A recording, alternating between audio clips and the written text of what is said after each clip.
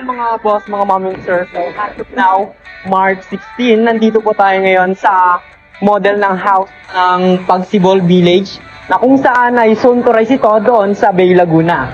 So, ipapakita natin sa inyo yung model na itatayo doon sa soon to rise Pagsibol Village sa Bay Laguna. Let's go!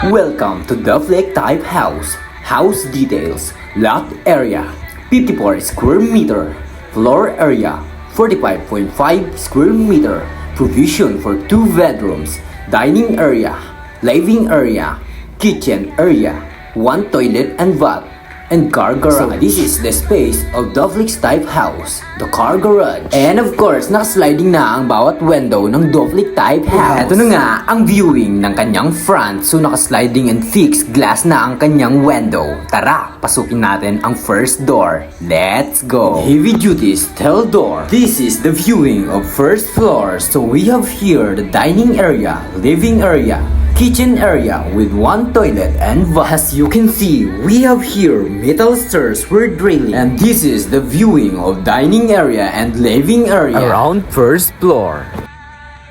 The viewing space of living area, so we have here the television space, and of course the viewing of dining area around here, the kitchen area of 1 toilet and bath.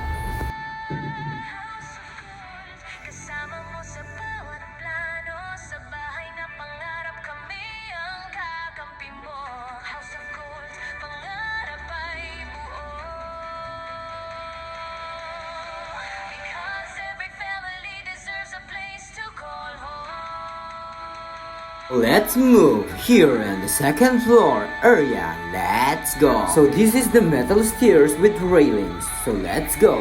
Move to second floor.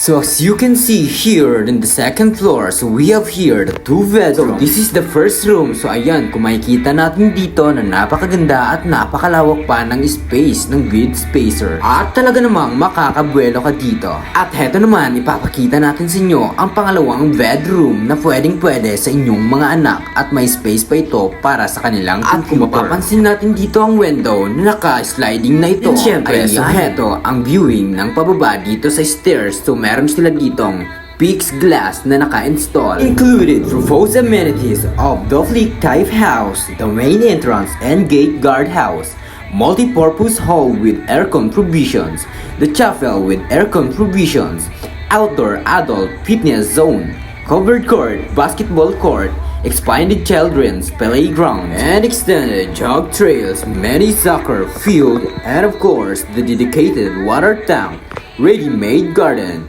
gazebo.